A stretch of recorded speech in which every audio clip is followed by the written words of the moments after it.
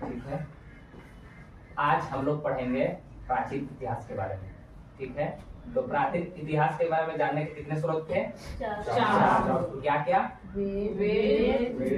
धर्म ग्रंथ, ऐतिहासिक ग्रंथ और विदेशी यात्रियों और पुरातत्व।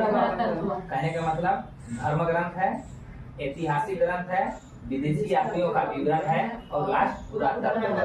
तो आज हम लोग पढ़ेंगे धर्म ग्रंथ में पहला वेद। तो वेद में हम लोग पढ़ेंगे चारों वेद के बारे में और आप लोग को बताना है उसका आंसर। ठीक है, तो हम लोग पढ़ रहे हैं वेद। सबसे प्राचीन धर्म ग्रंथ क्या है? वेद है। वेद के ज्ञाता कौन है? वेद व्यास ने कितने वेद बताए? 4 वेद। कौन कौन? ऋग्वेद, यजुर्वेद, सामवेद, अथर्ववेद। चलिए ठीक है, तो आपको बताना है ऋग्वेद का उपवेद कौन सा वेद है? आयुर्वेद। आयुर्वेद है। और आयुर्वेद के जनक धन्वंतरी है। ठीक है, आगे चलते हैं। यजुर्वेद का उपवेद धनुर्वेद। धनुर्वेद के जनक विश्वामित्र। चलिए ठीक है, आगे चलते हैं। सामवेद का उपवेद गंधर्ववेद। और गंधर्ववेद के जनक भरतमुनि। आगे चलते हैं। अथर्ववेद का उपवेद शिववेद। और शिववेद के जनक विश्वकर्मा। तो आपको बताना है सबसे प्राचीन वेद कौन सा है? ऋग्वेद। और सबसे नवीनतम वेद अथर्ववेद। वेद त्रयी किसको किसको कहा जाता है? ऋग्वेद, सामवेद, यजुर्वेद।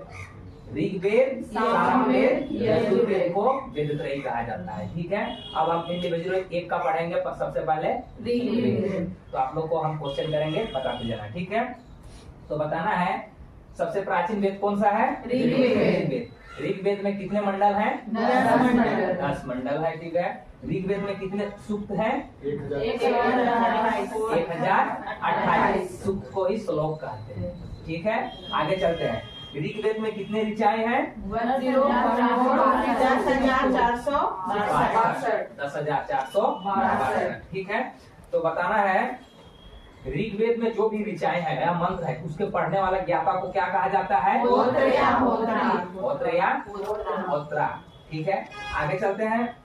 बताना है ऋग्वेद की तुलना किस ईरानी ग्रंथ से की गई है? जेंदा अवेस्ता। तो आपको बताना है ऋग्वेदिक काल में सर्वाधिक महत्वपूर्ण नदी कौन सा है? सिंधु नदी का उपनाम हिरण्यनी नदी। ठीक है, तो बताना है आप लोग ऋग्वेद का मूल लिपि क्या है? ब्राह्मी लिपि है। ठीक है, ऋग्वेद में यो का अर्थ क्या होता है? जो होता है। ठीक है, आगे बताना है ऋग्वेद में एक नदी आती है सरस्वती माता, उसका 3 नाम क्या क्या है? ठीक है, चलिए अब आते हैं हम लोग मंडल में पढ़ते हैं। तो आप लोग को बताना है तीसरा मंडल में क्या है? तो गायत्री मंत्र के रचयिता कौन है?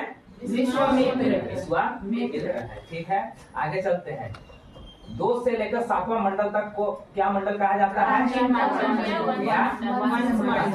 प्राचीन मंडल या वंश मंडल कहा जाता है। तो 7वें मंडल में किसकी चर्चा मिलती है? किस नदी में हुई थी?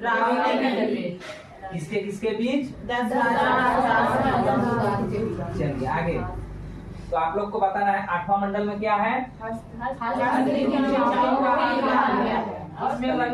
ऋचा को और क्या मिला है? 9वां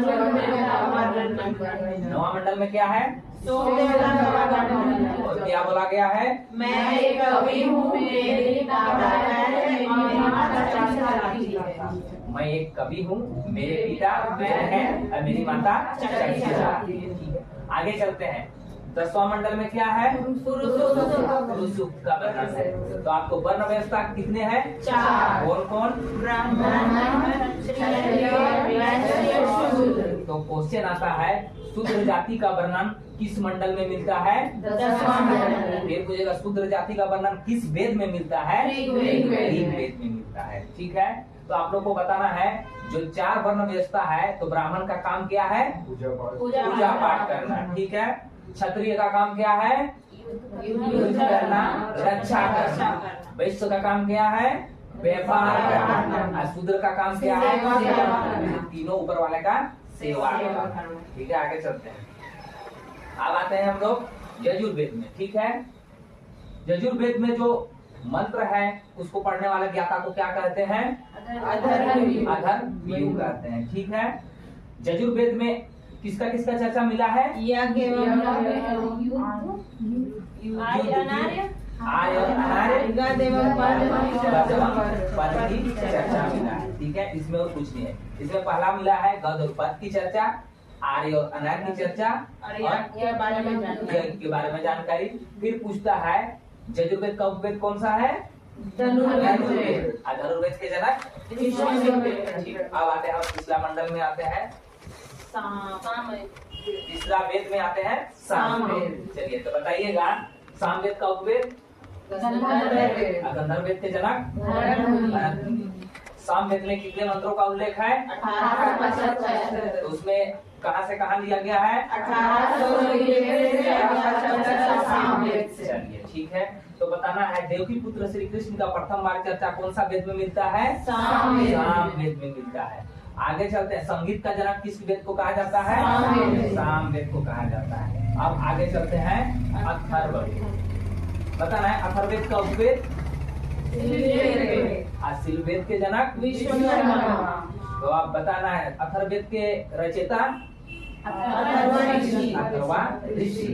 तो बताना है किस वेद में कन्या जन्म की निंदा की गई है? अथर्ववेद में। परीक्षित को कुरुओं का राजा किस वेद में कहा गया है? अथर्ववेद में। फिर क्वेश्चन पूछता है प्रजापति की 2 पुत्री सवार समिति का वर्णन कहाँ मिलता है? जादू टोना कहाँ मिलता है? अथर्ववेद में मिलता है। फिर पूछता है पृथ्वी को भारत माता किस